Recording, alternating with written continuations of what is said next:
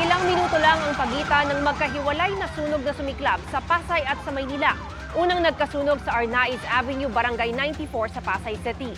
Dikit-dikit ang mga bahay kaya mula unang alarma, itinaas agad ang sunog sa ikatlong alarma. Mahigit isang oras bago naapula ang apoy. Wala namang nasaktan. Nasunog din ang 15 bahay sa Moriones sa Tondo, Maynila. Ayon sa Bureau of Fire Protection, 45 pamilya ang nakatira roon. Wala ring nasaktan.